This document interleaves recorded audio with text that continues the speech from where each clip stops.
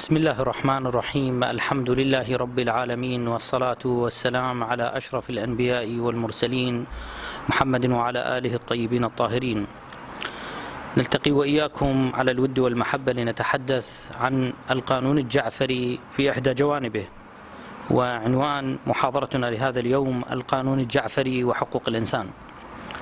طبل الكثيرون إلى أن القانون الجعفري يتناقض مع مبادئ حقوق الإنسان عندما تم طرح هذا القانون ومسودة هذا القانون قبل فترة، كما طبل آخرون لأكاذيب نسبوها لهذا القانون متعلقة بهذا الجانب الحقوقي، وبعضهم لاستنتاجات حول ما ستؤول إليه الأمور في حال تطبيق هذا القانون، وصوروا صورة قاتمة عنه بقصد الوقوف بوجه تطبيق القانون الذي هو حق كان ينبغي عليهم القبول به بدل منعه.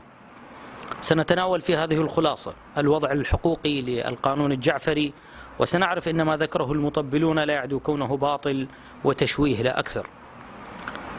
ورد في الإعلان العالمي لحقوق الإنسان بمواده 30 مجموعة من المواد تتحدث عن حقوق الإنسان المختلفة، وتناول في عدد من مواده أو أشار إلى موضوع يتعلق بالقانون الجعفري، أو هو نفس موضوع القانون الجعفري، وهو الخصوصية الدينية، حيث جاء في المادة 10 من الإعلان العالمي لحقوق الإنسان ما نصه: لكل إنسان الحق على قدم المساواة التامة مع الآخرين في أن تنظر قضيته أمام محكمة مستقلة نزيهة نظرا عادلا علنيا للفصل في حقوقه والتزاماته وأية تهمة جنائية توجه إليه. النص واضح. هذا النص واضح في أن من حق الشخص أن يطلب نظرا عادلا علنيا للفصل في حقوقه والتزاماته، وهذا غير متحقق في قانون الأحوال الشخصية العراقي النافذ، حيث يفرض على العراقي الجعفري مذهبا، من يكون مذهبه هو المذهب الجعفري، يفرض عليه أن يتم النظر في قضاياها المتعلقة بأحواله الشخصية بما يخالف العدالة وفقا لتصوره لدى من يلتزم بالمذهب الجعفري تصور للعدالة في هذه المسألة، لديه التزام شرعي في هذه المسألة، يفرض عليه أن يتم النظر في هذه القضايا وفقا لتصور آخر وفقا لرؤية أخرى، حيث تفرض عليه التزامات تجبره على مخالفة مذهبه وتضطره للبحث عن بدائل تعد غير قانونية حاليا. وبالتالي هذه المسألة يعني متجاوز عليها من خلال قانون الأحوال الشخصية العراقي النافذ، أي أن القانون الأحوال الشخصية العراقي النافذ يخالف هذه المادة 10 من الإعلان العالمي لحقوق الإنسان، حيث لا يعطي الحق على قدم المساواة لكل إنسان مع الآخرين في أن تنظر قضيته أمام محكمة مستقلة نزيهة نظرا عادلا، حيث تنظر قضية المتعلقة بالأحوال الشخصية نظرا غير عادل وفقا لرؤية يجبر عليها هذا الشخص، وبالتالي هذا المسألة غير متحققة. القانون الجعفري طرح حلا لهذه المشكلة، يعني نلاحظ أنه من خلال هذه المادة والمواد اللاحقة سنعرف أنه الصورة على العكس تماما. القانون الجعفري لا يتناقض مع حقوق الإنسان، بل يوفر الأرضية لتطبيق بعض من هذه الحقوق الضائعة الآن وفقا للقانون النافذ. القانون الجعفري يحل هذه المشكلة دون أن يفرض على الآخرين ما يخالف مذهبهم وتوجهاتهم الدينية أو العلمانية، يعني القانون وضع حلا لمن هو مجبر الآن على مخالفة مذهبه، ونقصد به الشخص الجعفري مذهبا، وضع حلا بديلا له حتى لا يخالف مذهبه، لا يخالف توجهاته، لا يخالف قناعاته مضطرا كما هو الحال الآن. كما واضح الآن أن هذه المادة القانون النافذ يخالفها والقانون الجعفري وهي الأرضية لتطبيقها. هناك مادة أخرى في الإعلان العالمي لحقوق الإنسان، هي المادة 18، ورد فيها ما نصه: لكل شخص الحق في حرية التفكير والضمير والدين. ويشمل هذا الحق، لازلنا في نص المادة، حرية تغيير ديانته وعقيدته وحرية الإعراب عنهما، أي عن الدين الديانة والعقيدة، بالتعليم والممارسة وإقامة الشعائر ومراعاتها، سواء كان ذلك سرا أم مع الجماعة. فأنا أسأل: هل حرية الدين تتحقق بمعزل عن إمكانية تطبيقه؟ كيف أنا اليوم تقول لي لك حرية الدين ولكن تمنعني من تطبيق ديني ومذهبي؟ أين الحرية بالموضوع؟ إذا لا توجد حرية. أنت عندما تعطيني الحرية الدينية يجب أن تعطيني مساحة كاملة لتطبيق كل ما ورد في من التزامات في ديني ومذهبي ومعتقدي بما لا يتعارض مع الآخرين ولا يضرهم ضمن هذه المساحة. أنت الآن لا تعطيني هذه المساحة وفقا للقانون العراقي النافذ. وهل تتحقق السؤال الآخر، هل تتحقق حرية الإعراب عن الدين والعقيدة بالتعليم والممارسة وإقامة الشعائر ومراعاتها فيما يتعلق بالأحوال الشخصية في ظل قانون الأحوال الشخصية العراقي النافذ؟ هل يتحقق هذا الأمر؟ الجواب عن السؤالين بالنفي بلا شك. حرية الدين لا تتحقق بمعزل عن إمكانية التطبيق، يجب أن تتاح إمكانية التطبيق حتى تكون واقعا أعطيتني حرية. والقانون العراقي النافذ الآن في الأحوال الشخصية لا يعطي المساحة لمراعاة الدين والعقيدة وإمكانية تطبيقها، وبالتالي فلا معنى للقول بحرية الدين وأنا مجبر على مخالفتي. أنت الآن تجبرني على مخالفة ديني، فأين الحرية الدينية التي تعطيني إياها؟ كما لا معنى للقول بحرية الدين ومنافذ تطبيق أحكامه مغلقة بوجهي.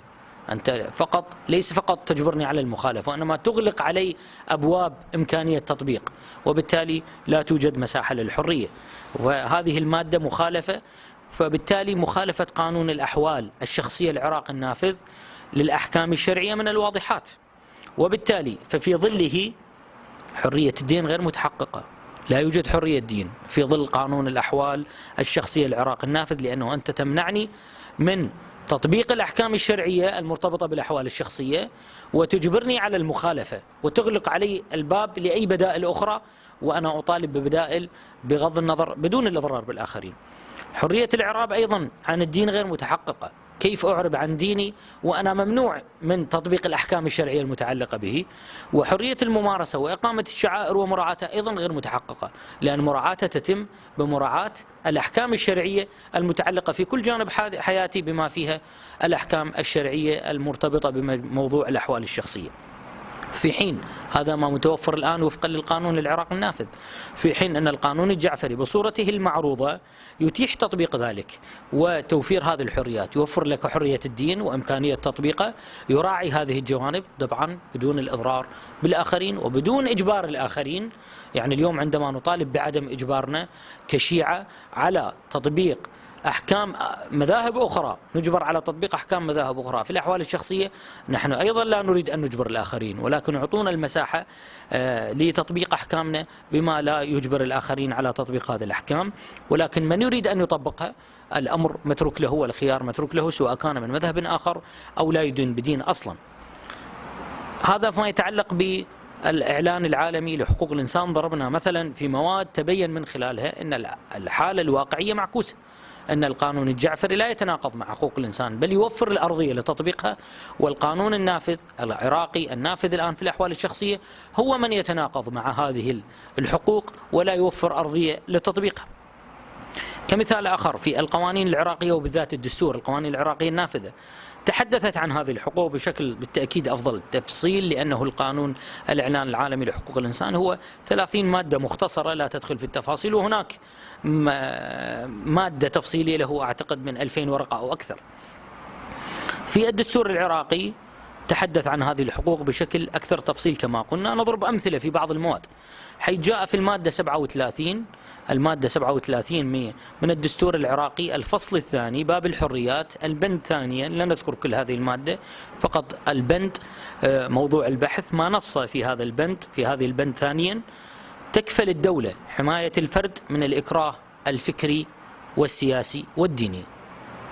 الإكراه واضح في موضوع تطبيق القانون العراقي النافذ في الأحوال الشخصية. أنت اليوم تجبرني على مخالفة ما يمليه علي مذهبي وديني، فالإكراه متحقق الآن بالقانون النافذ، الإكراه متحقق، وبالتالي أنت خالفت هذه المادة الموجودة في الدستور العراقي. فالإكراه في ظل قانون الأحوال الشخصية العراقي النافذ متحقق، وهذه مخالفة دستورية واضحة. أما المادة الأخرى المادة 41 التي تنص على، وهي من أوضح طبعا المواد المتعلقة بموضوع الأحوال الشخصية: العراقيون أحرار في الالتزام بأحوالهم الشخصية حسب ديانتهم أو مذاهبهم أو معتقداتهم أو اختياراتهم، وينظم ذلك بقانون. أنت اليوم تجبرني وفقا للقانون النافذ على مخالفة ديني، مخالفة مذهبي، مخالفة معتقدي، مخالفة اختياري. فأين العراقيون أحرار في الالتزام بأحوالهم الشخصية. لا يوجد هذا الحال. أنت الآن تجبرني وفقا لقانونك النافذ وعلى مخالفة كل هذه الأمور، وبالتالي أنا لست حرا وفقا للنص الموجود. يفترض بالدستور أن يكفل حريتي في هذه الجوانب. الآن هذا الأمر غير متحقق وفقا للقانون النافذ، وهي من أوضح كما قلنا أوضح المواد الدستورية في هذا المجال.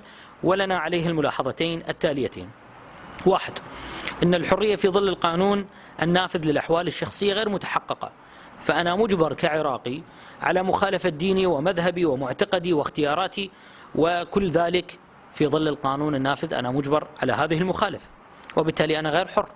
ثانيا، إنهاء المادة بعبارة وينظم ذلك بقانون دليل واضح على عدم كفاية التشريعات الحالية المتعلقة بهذا الشأن والحاجة إلى لتشريعات جديدة أو تعديل في التشريعات القائمة. ولذا واستنادا إلى ما سبق تم طرح القانون الجعفري. قانون جعفر انطلق من هذه النقطة: أنا لست حرا الآن في أحوالي الشخصية، أنا مضطر لمخالفته، أنا بحاجة لقانون بديل، وبالتالي طرحت القانون الجعفري لأنه يحقق الحرية المنصوص عليها في هذه المادة.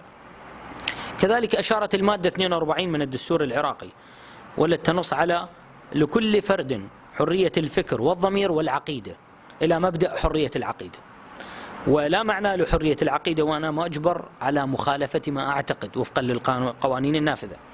أما المادة 43 وهي المادة الأخيرة التي سنستشهد بها، فقد فصلت في باب الحرية الدينية، حيث جاء في نصها: أولا، أتباع كل دين أو مذهب أحرار في ممارسة الشعائر الدينية بما فيها الشعائر الحسينية، إدارة الأوقاف وشؤونها ومؤسساتها الدينية، وينظم ذلك بقانون. تكفل الدولة حرية العبادة وحماية أماكنها، حيث أكدت المادة على مبدأ الحرية الدينية من جهة وأعطت أمثلة عليه من جهة أخرى. هذه المواد التي ذكرناها من الدستور العراقي وما سبقها من مواد في الإعلان العالمي لحقوق الإنسان تؤكد بشكل واضح على أن التهمة التي ألصقت بالقانون الجعفري تهمة باطلة، بل على العكس من ذلك تماما، أن القانون النافذ هو من يخالف حقوق الإنسان، وهو من يحدد خيارات الإنسان العراقي بخيارات محدودة تجبره على مخالفة دينه ومذهبه ومعتقده واختياراته. وبالتالي لابد من طرح القانون الجعفري الذي يهيئ الأرضية لمثل هكذا حريات، لمثل هكذا حقوق، وإمكانية تطبيقها، ولا يضيق مساحة الحرية والحقوق على الآخرين ممن يلتزمون بدين آخر أو بمذهب آخر أو باختيارات أخرى.